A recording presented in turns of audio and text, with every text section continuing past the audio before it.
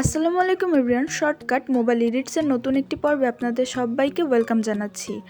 আজ আমি এই টাইপের আরবান এডিটিং করে দেখাবো। তো চলেন শুরু করছি।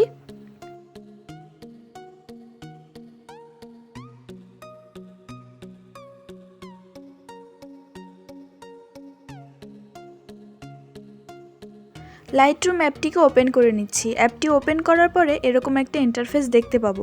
গ্যালারিতে ক্লিক করে ফটো অ্যাড করে নিচ্ছি। অল ফটোতে ক্লিক করে ফটোটা সিলেক্ট করে নিচ্ছি। ফটোটাকে এডিট করার জন্য চলে যাব লাইট অপশনে। এক্সপোজারটাকে -0.20 করে দিব।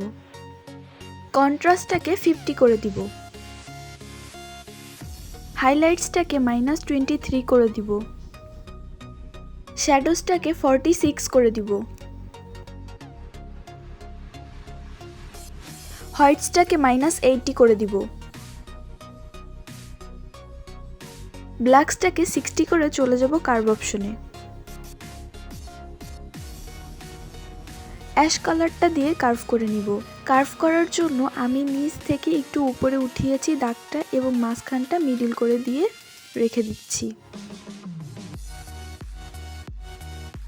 দেন চলে যাব কালার অপশনে।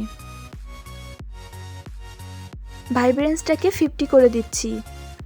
স্যাচুরেশনটাকে -10 করে দিচ্ছি। চলে যাব কালার গ্রেডিয়েন্ট অপশনে। শ্যাডোজ হিউটাকে 220 করে দিব।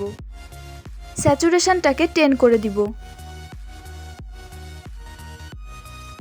ব্লেন্ডিংটাকে 100 করে দিব। হাইলাইটস হিউটাকে 219 করে দিব।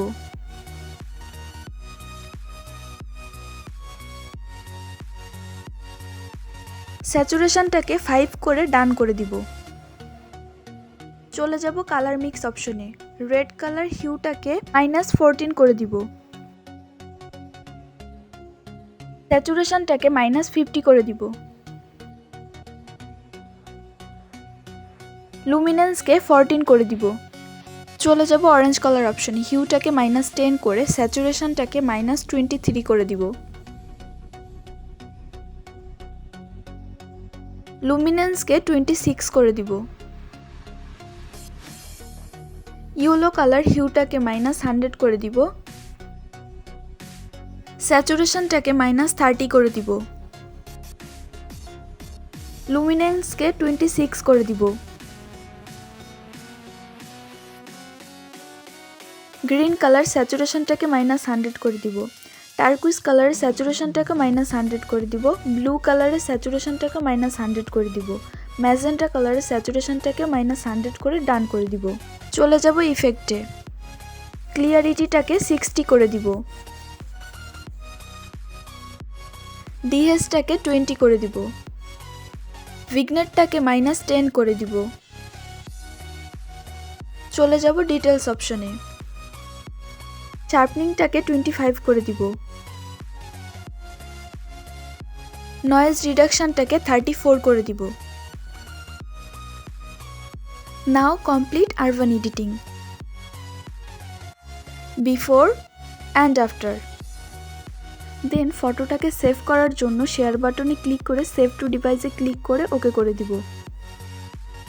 ফটোটাকে প্রিসেট আকারে ইউজ করার জন্য 3 ডটে ক্লিক করে কপি সেটিংয়ে ক্লিক করে ওকে করে দিব।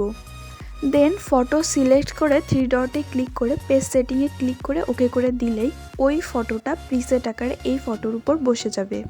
এভাবে চাইলে এই ফটোটাকে প্রিসেট আকারে যে কোনো পিকচারের উপরই বসানো যাবে।